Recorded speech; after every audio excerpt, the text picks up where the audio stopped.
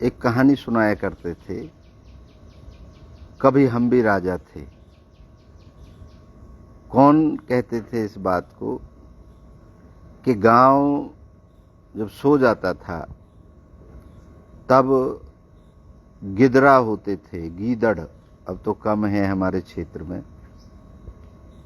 तो वो बोले कि गीदड़ों की दो टोली खड़ी हो जाती थी, एक गांव के इस तरफ और एक गांव के उस तरफ, क्योंकि हर किसी के इलाके बटे होते हैं, तो अलग अलग इलाकों की टोलियां इकट्ठी होकर के आ जाती थी। तो एक टोली चिल्लाती थी गीदड़ों की कि कभी हम भी राजा थे। ये एक काल्पनिक कथा हो सकती है, क्योंकि उनकी भाषा हो सकता है किसी महापुरुष की समझ में आती हो, उसने लिखी हो ये कहानी। तो एक टोली चिल्लाती थी कभी हम भी राजा थे, और दूसरी टोली कहती थी जब थे अब क्या हो। कहीं वही तो हमारे साथ नहीं हो रहा है? कभी हम भी विश्व गुरु थे, भारत भी विश्व गुरु था, तो था अब क्या है? क्योंकि हम सिर्फ चिल्ला चिल्ला के ये हमारा पेट नहीं भर सकता। क्या हम अपनी आने वाली पीढ़ियों को भी यही देके जाना चाहते हैं कि हमारे 10,000 पुराना इतिहास है, हमारा रामचंद्र जी हुए, हमारे कृष्ण जी हुए, हमारे राजा हरिश्चंद्र हुए, हमें गर्व है, हमें इस चीज का गर्व है कि हमारे बुजुर्ग सत्यवादी थे, धर्म और सत्य के लिए उन्होंने नई, हर युग में चीजें रची, नए पैमाने सेट किए।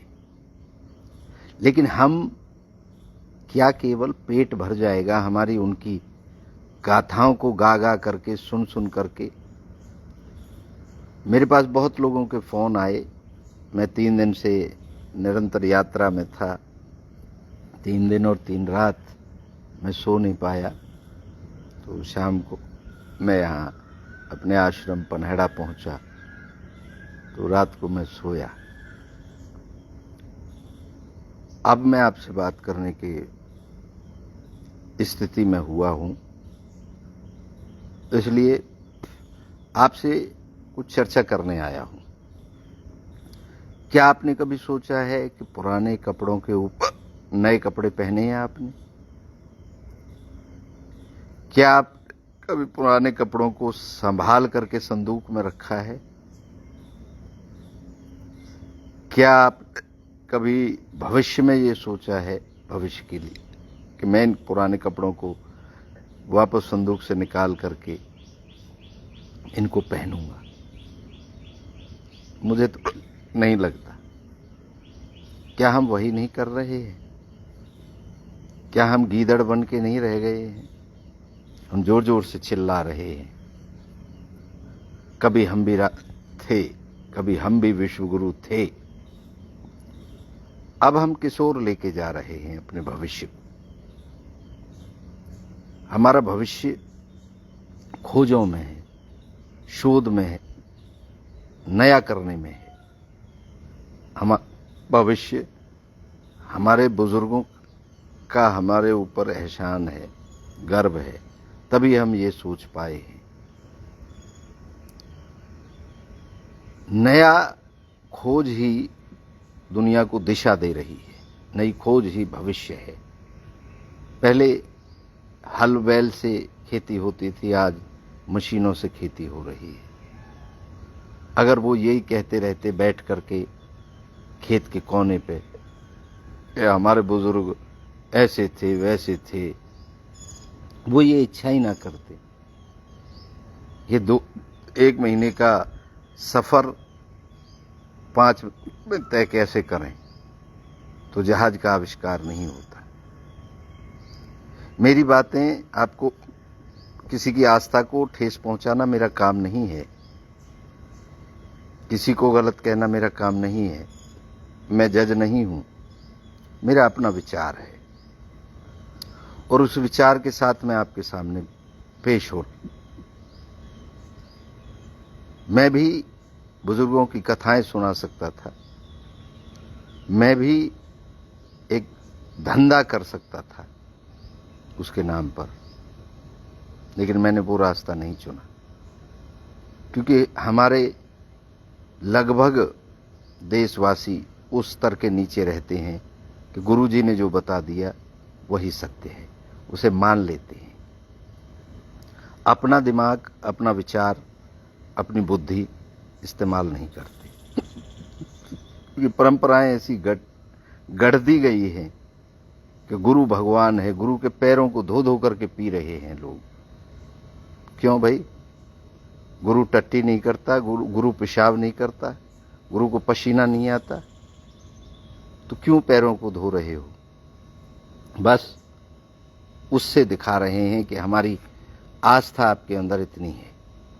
नहीं, अगर गुरु भी गलत है तो गुरुओं को जेल में क्यों भेज रहे हो भाई? गुरु तो जो करता है ठीक करता है। कितने हमारे साधु महात्मा जेलों में सड़ रहे हैं, क्यों? आपको जब तक सहन करने की शक्ति है तब तक सहन करते हो अत्याचार को, लेकिन वही उसी गुरु को जिसके पैरों में आप झुकते हो, जिसके पैरों में लेटते हो, जिसके पैरों के मैल को पीते हो, घर में छींटे मारते हो, उसी गुरु को आप जेल भी भेज देते हो। तो ये दोगलापन क्यों भाई? अब गुरु जो करे, परमात्मा जो करे, गुरु तो ईश्वर है और ईश्वर कभी गलत नहीं करता है, तो फिर इन गुरुओं से इतनी नाराजगी क्यों? इनको जेलों में क्यों भेज देते हो? इसको आपको सोचना चाहिए। ये गुरु के नाम पे बहुत बड़ा पाखंड हो गया है इस दुनिया में। जो परंपराएं उस समय किसी ने कर दी, आप उनको रिपीट कर रहे हो, वही पुराने कपड़े पहने घूम रहे हो। बेशक बाहर से कितनी भी पॉलिश कर लो चेहरे पे, कितना भी पैसा कमा लो, लेकिन आपकी विचारधारा वही गली सड़ी खत्म है। अब मैं आपको आस्था का 2 एग्जाम्पल दूंगा और दोनों ही मेरे अपने अनुभव से दे रहा हूं। एक हमारे गांव में है श्रीमान जी, नाम बताने से तो आप उनका मजाक उड़ाएंगे या उनको शाबाशी देंगे। उस व्यक्ति को मैंने बचपन से भी देखा है कि वो हमारे गांव का एक मंदिर है और उस मंदिर पर, हमारे यहाँ देहाती भाषा का यूज करूंगा, औंधी में है ऊकजा पर वाको नवानो न ऊके। बहुत विराट आदमी है, बहुत तगड़ा आदमी है। डिल्लू भर के लावे वो अपने घर से, और भाई ऐसो नहवावे वो,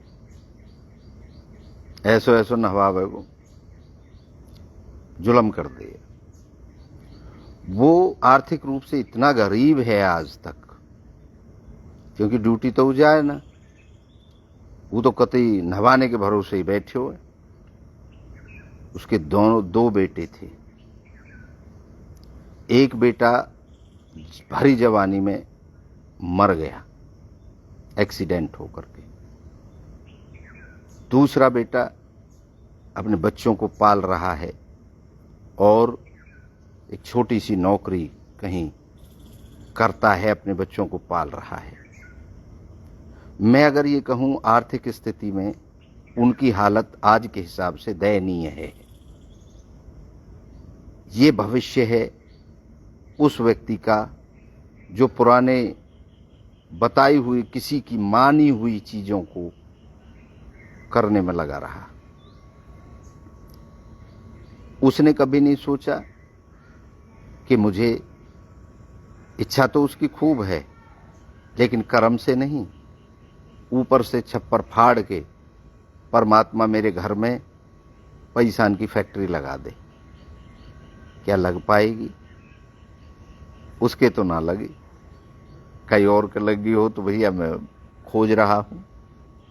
दूसरा एग्जाम्पल, मेरा आश्रम है खैर के अंदर, इच्छापूर्ति धाम।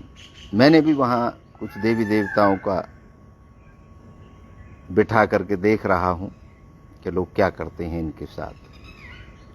तो एक आदमी है, वो डिल्लू भर के नहीं लाता, वो बाल्टी भर के लाता है और ऐसो ऐसो नहवावे गो, ऐसो ऐसो नहवावे गो।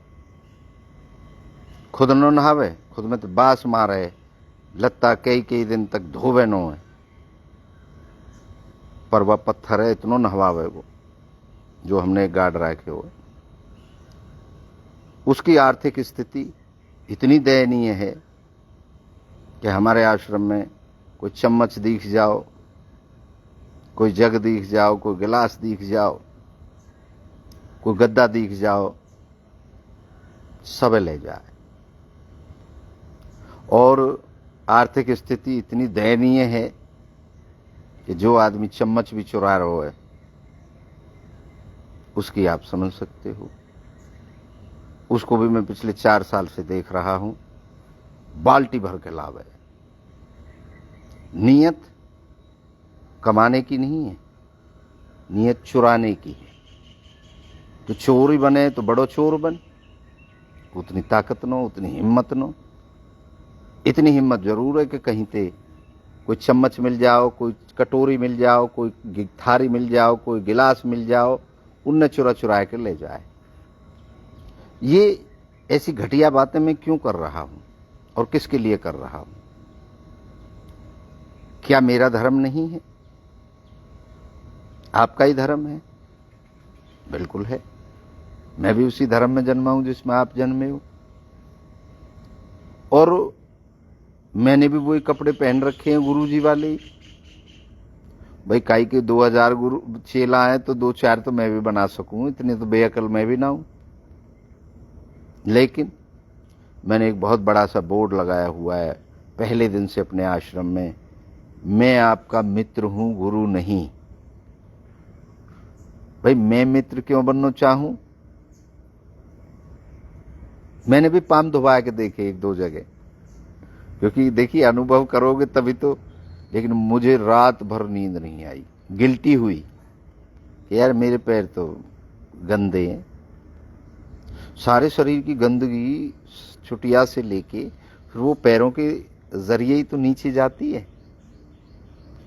जिनको हम वर्ण कहते हैं, जिनको हम 4 भाग करते हैं शरीर का समझाने के लिए, तो सबसे ज्यादा गंदे तो पैर ही होते हैं।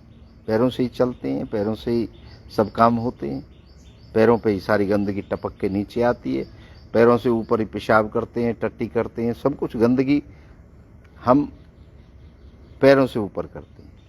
तो पैर तो सबसे गंदे हैं, और पैरों को धो धो करके लोग पी रहे हैं। तो भाई मुझे तो गड़बड़ लग गई, तो मैंने तो उस दिन से बंद कर दिया। मैं तो ये कहना चाहता हूं सिर्फ मोटे तौर पर, मान लो गुरुजी ने ये कह दिया और फिर आप ही गुरुजी को जेल में ठूसवा रहे हो, तो ऐसे गुरु का क्या फायदा? या ऐसी आपकी आस्था का क्या फायदा? आस्था एक रखो, क्योंकि आप बार बार बदलती है ना आपकी जो बात, उसी बात के जरिए आप गरीब हैं, आप परेशान हैं, आप दुखी हैं, आपकी इच्छाएं पूरी नहीं हो रही। मेरे पास दिन भर फोन आते हैं, रात को फोन आते हैं। लोग कहते हैं आखिर चाहता क्या है? मैंने कहा मैं क्या चाहता हूं? ना मैं किसी को कुछ मांगता, ना मैं किसी से कुछ लूटता। मैं सिर्फ अपनी बात कह रहा हूं कि इस दुनिया का जो धर्म है वो इच्छा पूर्ति है। इच्छाओं की पूर्ति के लिए ही वो आदमी बाल्टी भर के लेके आता है, और उसकी इच्छा होती है कोई चम्मच कटोरी कच मिल जाए कहीं धरी, वहां लेके पार जाऊं। उसकी इच्छा की पूर्ति के लिए ही वो हमारे गांव वाला आदमी डिल्लू भर के लावे अपने घर से और खूब नवावे। वो भी कहीं न कहीं भाई वाकई मैंने उन्होंने कह रहा हूँ कुछ ले जाए होते, पर मैंने उसकी आर्थिक स्थिति को मैं देख रहा हूं। कहने का मेरा मतलब ये है, मैं सिर्फ वही 2 शब्द कह रहा हूं कि सारी दुनिया का हर जीव जंतु इच्छा और पूर्ति के लिए भाग रहा है। हमारे महापुरुष भी, जिनका हम जिक्र करते हैं, जिनकी कथाएं बार बार हम रिपीट करते हैं, उन्होंने भी अपनी इच्छाओं की पूर्ति करी। राजा हरिश्चंद्र सतयुग की बात करते हैं हम, तो उन्होंने भी अपनी इच्छा की पूर्ति करी। भाई मैं ड्यूटी कर रहा हूं और मेरी ड्यूटी पे तो भाई यू शुल्क लगे ही लगे, चकाई को बालक फूके, चकाई को बूढ़ो फूके, चकाई को जवान फूके। भाई मेरे बॉस ने यू ड्यूटी लगा रखी है।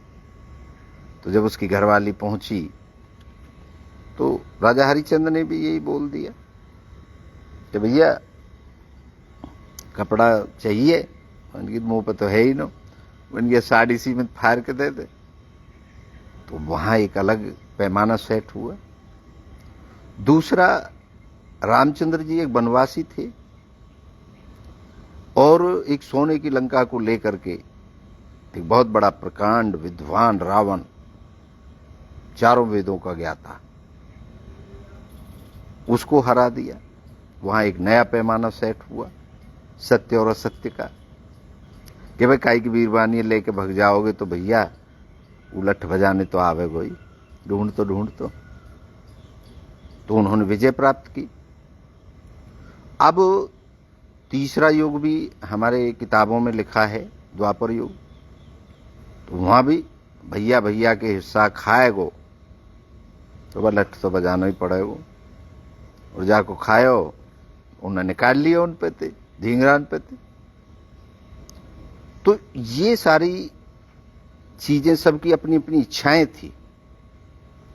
वो अपना हिस्सा लेना चाहते थे, उनकी अपनी इच्छा थी। रामचंद्र जी को अपनी पत्नी को वापस लाना था, उनकी अपनी इच्छा थी। राजा हरिश्चंद्र की अपनी इच्छा थी।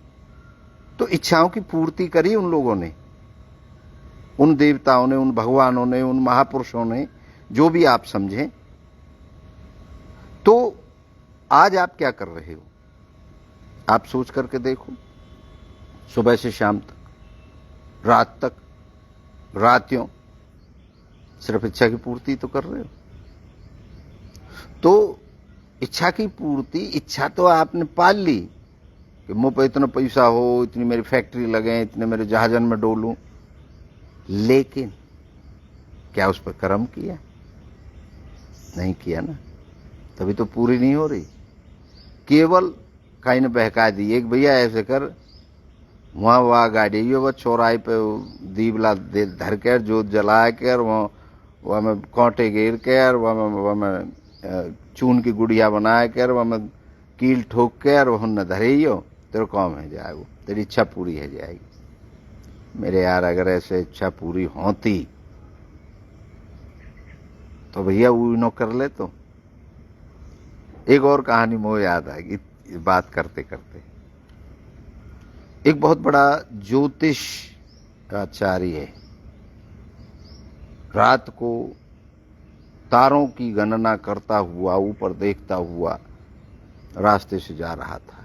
पुराने समय की बात है, जो कुआर कुइया हुए करे। तो वो ऊपर देखता देखता चल रहा था। ध्यान से न चल रहो, नीचे ध्यान न दे रहो, ऊपर ध्यान दे रहो। ऊपर दे रहो तो भैया चले मत। लेकिन वो बहुत ज्यादा ज्ञानी था, तो वो चल भी रहा था और ऊपर भी देख रहा था। तो जब ऊपर देख रहा था तो आगे कच्ची कुइया आ गई और वह कुइया में गिर पड़े। अब वह कुइया में गिर पड़े हो तो अब चिल्लावे, अब लिख रहे कैसे कुइया में थे। तो जब घनों चिल्लायो तो वो वक्त सहारा एक बुढ़िया की झोंपड़ी, वह सुनी भैया कोई कुइया में गिर को लगे। आई बेचारी, जैसे तैसे करके वन बाल्टी फाल्टी गिर गार के वो ज्योतिषी निकारियो। निकर गो वह सांस में सांस आई। फिर वह बुढ़िया ते बोले, निक तुम वो जाने में कौन हूं? वन भैया मोह तो कछ नो पतो, तू कौन है? वाने की मैं दुनिया का सबसे बड़ा ज्योतिषी हूं। और मैं 100 असरफी लेता हूँ, राजा महाराजा मुझे बुलाते हैं। वन की फिर वन की तो कभी भविष्य जौन न हो अपनो तो तेरो मैं फ्री में देखूंगा, तेने मैं बचाऊं। बुढ़िया हसन लगी कि भैया मुए नो पूछनो काई तेरी, मेरो भविष्य तो दन्न है। जब तू अपनो भविष्य नो पतो कि तू कुआ में गिरेगो, काई में गिरेगो, तो तू काई को कहा बता दे। ऐसी गड़बड़ चल रही है सगरी दुनिया में। कई लोग मेरे आश्रम पे आते रहते हैं, बोलते हैं महाराज जी भाई वास्तु के हिसाब से नहीं बनाया आश्रम को। मैंने कहा भैया वास्तु कहा रहे, वानगी जी यू अग्नि की जगह जल को, फलाने को, ढेके को, वाह को, वाह को। मैं तेने तो बना लियो अपनो घर वाह के हिसाब से। हाँ जी, तू संतुष्ट है, तेरी सब इच्छा पूरी हैगी। वानगी नो हुई जी, बहुत शिकायत करेगो फिर, और जी मेरा न्यो हैगो जी, मेरा फलानो हैगो, मेरा ढेको हैगो। तो अन्याय के चोदे, जब तेने बना लियो कई के कहने ते घर। भैया हमने तो अपनो आश्रम अपने तरीका से बनाया हुआ है। हमें जो ठीक लगी वो तो बाथरूम बना दियो, जो ठीक लगी वो किचन बना दियो, जो ठीक लगी जगह के हिसाब से वो अपने कमरे बना दिए। यार ये वास्तु आ कहां से गया? क्योंकि उन वास्तु वाले ने पतो है कि मूर्ख बैठे हैं, हमारा सौदा खरीद लेंगे, और मार्केट में दुकान वाई की तो खुले, जाके ग्राहक रहे। पहले खूब दूध मिले करे, अब डिमांड दारू की बढ़ गई, तो अब तो सरकार ने गांव गांवन में ठेके खोल दिए। तो भाई जब इन वास्तु वारन की दुकान दाब के चल रही है, जब तो ये वास्तु वारन के कोर्स हुए रहे, इन ज्योतिषी वारन की भविष्य बताने की, अपने भविष्य की न पतो। तू 4 दिन डट के जेल भी जाएगा, तू 4 दिन डट के बीमार भी। दे वो सबसे बड़ा भविष्य ज्ञाता बंबई का था, वो जो कौन सा मेरे याद भी नौरेश्वरीन की इतने रहे हैं ये। तो भैया वो बीरवानिन पे अपनो करायो जुगाड़ भविष्य के नाम पे, बढ़िया बढ़िया बीरवान पकड़ राखी यार, अपनो उनने ठोके हो आराम से। आज कस दिन डट के पतो लगी जी वो तो जेल में चले हो, वह कई छोरी ने कई बीरवानी ने शिकायत करी। भाई कानून का सम्मान करो, कानून के खिलाफ मत चलो। और रही इनकी बात, जो ये भविष्य बताने वाले, और भैया तेरे वो क्या कह रहा हूं मैं अभी, जो घर ने बनावे वास्तु वाले, वह धंधो इनको भी जोरदार चल रहा है, और धंधे उनके भी जोरदार चल रहे हैं जो राम की बात कर रहे हैं। मतलब भूतकाल की बात उन्हें बार बार सुना रहे हैं। आपने कितनी बार सुनी है ये बात? राम बन गए क्या? राम बनोगे तो वनवास जाना पड़ेगा, वनवास जाओगे तो पैदल चलना पड़ेगा, बिना चप्पल ने जाओगे तो त्यारे तो कंकरी चुभ जाएंगी। वह टाइम तो सर रखना ही कच्चे दगरे।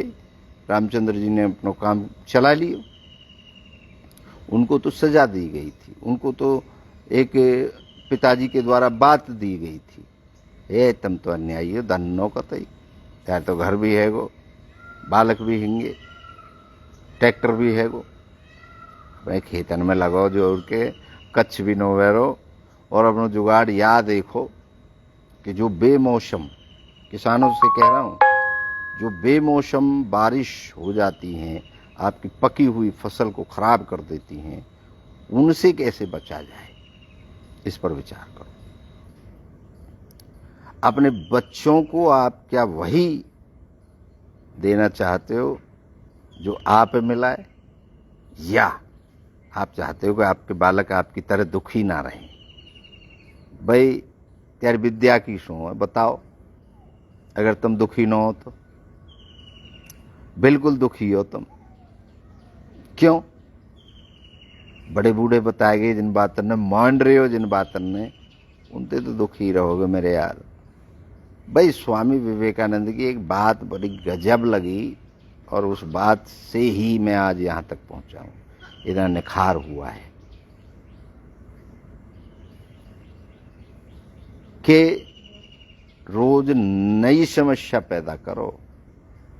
अगर समस्या पैदा ना करोगे तो फिर सीखोगे कैसे। एक बार अब तो कोई समस्या ही नहीं रही, अब तो आरंभ लोट मारेंगे, फिर समस्या आवे कोई न कोई, फिर वाक नहीं, फिर कहिए गुरु जी ये पूछने जाओगे, गुरु जी जन कहा बताते।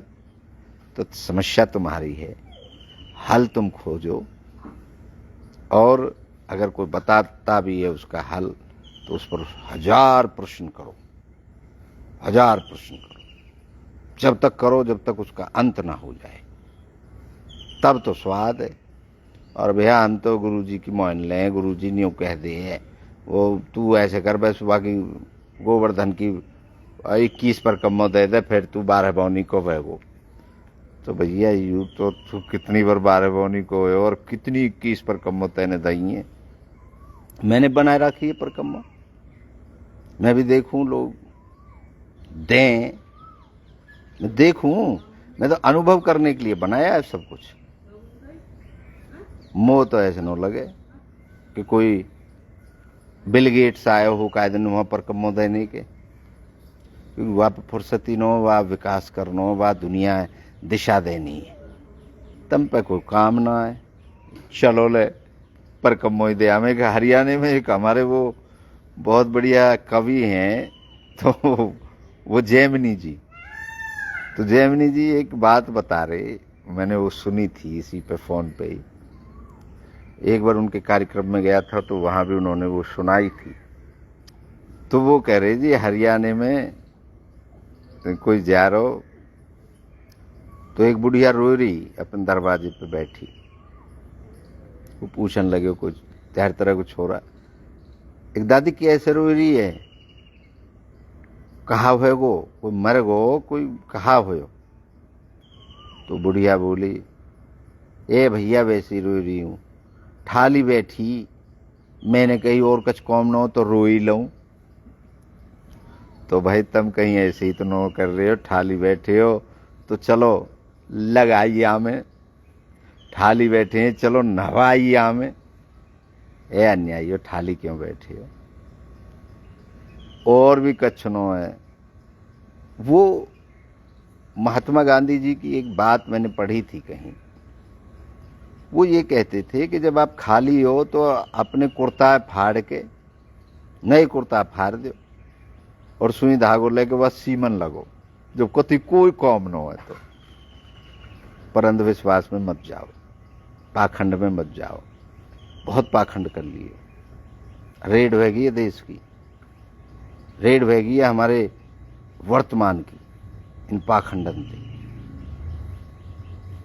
क्यों मान लियो, मान लियो, न मानोगे तो सारे हो कीड़ा पड़ेंगे त्यारे, न मानोगे सारे हो नरक में जाओगे। ये परजोन दे कीड़ा पड़ेंगे, साफ सफाई न रखोगे, अब बीमार रहोगे, कीड़ा तो पड़ेंगे। तो भाई कीड़ा ने भी देख लिया। कहने का मेरा मतलब ये है, एक भाई कीड़ा फीरा पड़ेंगे तो दवाई लगवा लेंगे, कोई घाव है सो है वजह में कीड़ा पड़ेगी दवाई लगवा लेंगे। रही नरक की बात, तो भैया हम तो नरक के नहीं तैयार हैं त्यारे हिसाब से, पर करेंगे काम, थाली नो बैठेंगे। और ऐसे ही सोच सोच के अगर हम बैठे रहते तो 11,000 पन्ना को जो हमने दर्शन लिखे हुए या लिख ही न पाते। हम भी नहवाने में लगे रहते, हम भी वह परकमों में लगे रहते, तो हमारा कहा हम भी न्यूई कटोरी और चम्मच चुराने पे ही रहते। तो कहने का मेरा भावार्थ ये है आपको सीधा सा कि भाई जग जाओ, मैं आ रहा हूं घोड़ा लेकर के आपके शहर में, आपके गांव में, और मेरे प्रश्नों का उत्तर देने की हिम्मत है तो बड़ी मोटी रकम दूंगा, 51 लाख रुपया ले लो। अगर त्यारी वहां में सोची लिखी है तो तेरे गुरुजी है बुला लो, तेरे फूफा चाचा ताऊ है सब रे घर के इकट्ठे बह जाओ, रोक लो मेरे घोड़ा है और बता दे सोची। मैं तो सोच कह रहा हूं, सोच लेके चल रहा हूं। 11,000 पन्ने लिखे हैं 16 साल तक मेहनत करने के बाद। तो भाई गुस्सा हो गए आज हमारी बिल्ली और हमारे दोनों। देखो वो बेचारी ऊपर बैठा दी। लड़ाई तो हो जाए ना कभी कभी दोस्तन में, वैसे ही इकट्ठे रहें कतई। अब वाह गुथरे हैं, ये चलती रहे गुथाई लड़ाई। आदमी में नो है जो आदमी बीरबोनी की लड़ाई भेजा, बाप बेटा की लड़ाई भेजा, तो ये तो पार्ट ऑफ लाइफ है। ये मानने की लड़ाई है। वह कुछ कह रहे होंगे बातें, एक या मान वो ना मानी है, जड़वा के पीछे लगे गुथ गए दोनों भैया मिलके और दे बेचारी हों लगी वन की क्यों मानू तिहारी। विचार करके देखो भाई, मानने और ना मानने की लड़ाई है धरती पे। गुरुजी कह रहे हो मेरी मान, बीरबानी कह रही है मेरी मान, बालक कह रहे हैं मेरी मान। तो भैया अपनी कब मानूंगो, यही तो लड़ाई है। तो भाई काई की मत मानो, अपनी मानो। जो इच्छा करे वह पूरी करो, कोशिश करो ना हैरी तो, पर करो, बैठो मत। बैठे बैठे तो इच्छा पूरी ना हो रही, खाली सोचने ते तो इच्छा पूरी ना हो रही। यही तो लिखे मैंने, कोई बाहरते में कुछ वो ना लाए। मैंने जीवन का आपका अनुभव लिखा है और पूर्ति क्यों नहीं हो पाती उसके विषय में भी लिखा है। क्योंकि आप कभी नहाने चले जाओ, कभी गंगा जी चले जाओ, कभी हरिद्वार चले जाओ और वहाँ जेब कटवाए आओ और फिर आओ रोमते रोमते, फिर बालक गाड़ी दें कि हमने तो नौटे नौए तोते वहाँ भग के चल दियो, वह जा रहे हैं वह जा रहे हैं।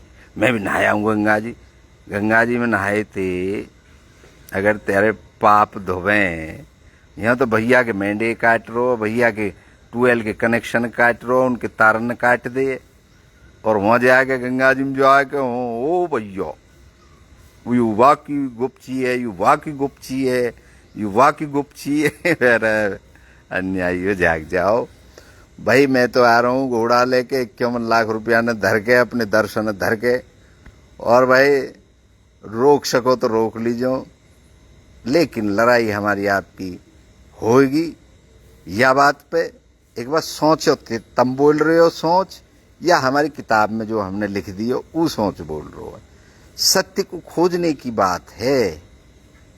हम अपने भूतकाल में पैदा हुए सभी महापुरुष, देवी देवता जितने भी हमें बताए गए, जितने धर्म बताए गए, सबका सम्मान करते हुए भाई मानेंगे नहीं। हम तो सोची पूछ के रहेंगे। और वाये लेके हम आ रहे हैं, 28 नवंबर को घोड़ा छोड़ रहे हैं। तैयारी करो, न्यत लो, बुला लो, विद्वान ने इकट्ठे कर लो, 51 लाख ले लो। और भाई हम तो अपने में औंच लगा देंगे। हमारा झूठो पायो त्यार सोचो पायो। और भाई अगर त्यारो झूठो पायो तो बस तुम अपने टोट पे धर के खूब हमारे लेके रोज अपने ये पढ़े करियो। या तुम अहंकार समझ लो, या हमारी अपील समझ लो, या तुम सच्चाई समझ लो। भाई जो तुम्हें समझना है जो समझ लो। और 12 तारीख को 21 सदस्यीय कमेटी का गठन हो जाएगा जो यात्रा का संचालन करेगी। किसी को कोई परेशानी, हम यात्रा में इतनी भीड़ लेके नहीं चलेंगे ताकि कोई ट्रैफिक जाम हो जाए, रोड जाम है जो, लोग परेशान हुए जो ना। भैया बिल्कुल हौला हौला आराम आराम से चलेंगे, लहर लेते हुए, आनंद लेते हुए। क्यों? एक हम तो अनुभव कर रहे हैं हर कौम को, और आप अपनो लगे रहो जहाँ लगे रहे। और अगर और भाई जो मुँह पे फ़ोन करें, जो मुँह धमकावें, तो भाई वे भी होशियार रह जाओ। मैं त्यारे खेतन लेने के नो आ रहा, ना मैं त्यारे प्लॉटन लूट रो।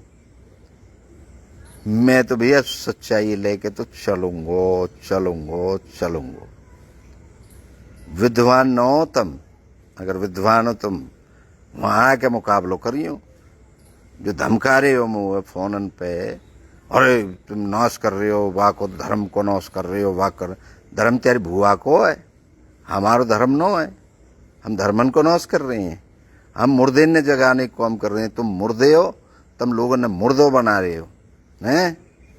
वो अयोध्या वालों जो मुंह पे फोन कर रहे हो, भैया पुलिस भी हैगी मुंह पे, प्रशासन भी हैगो, ध्यान से फोन करे करो हैं। रिकॉर्डिंग भी भेजो इन फोनन में, तो धमकी देने की जरूरत न हो। तो पे होंगे 50 आश्रम, मुंह पे न हो कच्छ भी। मैं तो फकीर आदमी हूँ, देख ले लत्ता भी मैंने देख, वैसे टोट पे अलग है यार, देख यू कुर्ता को रंग अलग है यार, देख मेरे तहमद को रंग अलग है। मैं त्यारी तरह मेकअप करके शीशे के सो में खड़े न हूँ, न्यो लगा के और न्यो छाप के और न्यो लाद के। क्यों एक उनते ही तो पाम धोए त्यारे, तब मैं अपनो गुण तो कुछ है ही न है। तो होशियार बह जाओ, वहीं आके तो मैं देखूंगा। मैं तो घर में घुस के तुम्हारे घर में बैठ करके, तुम्हारे सामने बैठ करके तुमसे प्रश्न पूछने आ रहा हूं। क्या गुमराह कर रहे हो लोगों को, या सत्य को लेके चल रहे हो? होशियार हो जाओ। अब बहुत ज़्यादा लंबे समय तक तुम लोगों ने पागल न बना सको, क्योंकि ये तो जनता है। ज्यादा दिन समझ में आएगी नो, वह दिन यू कहो में करी दिए तो कोई बात न है। तुम भी अपनी ताकत लगाओ, हम भी लगा रहे हैं, और वह भी और भी जो छोटे मोटे हैं सब सतर्क रहो। क्योंकि जो आदमी इतना बड़ा काम करने जा रहा है, वो मैं अगर दिखा नहीं रहा हूं तो इसका मतलब ये नहीं है कि बहुत चीज दिखाई न जाओ, समय आने पे दिखाई जाओ। तो समय आने पे सब सेना भी रहेगी मेरे साथ, कानून और प्रशासन भी रहेगा, और भाई मेरी जो जैसी भी सेना है, बाबा जी इनकी हो, चाहे वो त्यार तरह के बालकन की हो, वो भी रहेगी। कुछ खुफिया रहेगी, कुछ उजागर रहेगी। और मैं उन सभी लोगों का धन्यवाद करना चाहता हूँ जिन्होंने मेरे इस अभियान में मुझे प्रोत्साहित करते रहे। लिखते वक्त IAS, IPS, IRS जो जितने भी मेरे साथी हैं, मेरे मित्र हैं, और कुछ राजनेता भी हैं, उन सब ने मुझे बड़ा सहयोग किया, बड़े बातें बताई, अपने जीवन के अनुभव साझा करे हैं। लगभग 2000 आदमियों का इसमें इस दर्शन को खड़ा करने में सहयोग रहा। किसी ने कोई सहयोग किया, किसी ने कोई सहयोग किया। तो उन सभी जो 2000 लोग हैं, उनकी ताकत से ही मैं इतना बड़ा दर्शन लिख पाया हूँ, खड़ा कर पाया हूँ। और खुशी की बात यह है कि उन्होंने सब ने ये कहा कि महाराज जी हमें फ्रंट पे मत लाना, हमें क्रेडिट नहीं चाहिए। तो अच्छी बात है, ऐसे भी लोग होते हैं। और न तो भैया मैंने तो कई फोटो उनमें तो ऐसी देखी है, एक केला है बालक ने दौन करें तो कोई 20 आदमी वह केला पकड़ खड़े रहें और एक बालक देते रहें। तो ऐसे दौने भी देखें। पर ये जो मेरे साइलेंट जो साथी हैं, जो काम कर रहे हैं मेरे लिए, जो मुझे सहयोग कर रहे हैं, मैं उनका धन्यवाद करूंगा। ऋणी हूं आपका। और समय आने पर मैं कभी किसी का कुछ उधार नहीं रखता, एहसान नहीं रख के जाना चाहूँगा इस धरती से। तो आपको वो रिटर्न गिफ्ट दूंगा जो आप गदगद हो जाओगे, उसको मना नहीं कर पाओगे। वो रिटर्न गिफ्ट की तैयारी है। और 100 लोगों की टीम नया प्रोजेक्ट तैयार करने में लगी हुई है हमारी। वो दिन रात काम कर रहे हैं और उसका खुलासा भी हम बहुत जल्द करेंगे। क्योंकि यात्रा हमारी मंजिल नहीं है, यात्रा तो एक पड़ाव है, मंजिल तो मौत है। जब तक मरेंगे नहीं, जब तक पड़ाव करते रहेंगे, नए नए पड़ाव बनाते रहेंगे। और हम विश्व की सबसे बड़ी यूनिवर्सिटी की योजना हमारे उस पर काम चल रहा है, उसके नक्शे बनाए जा रहे हैं, उनकी ज़मीनें देखी जा रही हैं, कितने एकड़ में वो तैयार होगी, विश्व की सबसे बड़ी, क्योंकि सत्य की यूनिवर्सिटी होगी वो सत्य की यूनिवर्सिटी होगी। अभी तक जो लोगों ने पढ़ा लिखा उसका किया है, वो इच्छा पूर्ति यूनिवर्सिटी होगी। जो इच्छाओं की पूर्ति क्यों नहीं हो पाती, उस पर शोध किया जाएगा, उस पर अनुसंधान बनेगा, तो ऐसी यूनिवर्सिटी होगी जो विश्व में अलौकिक और सबसे विराट यूनिवर्सिटी होगी। अब 100 लोग निरंतर उस प्रोजेक्ट पे काम कर रहे हैं।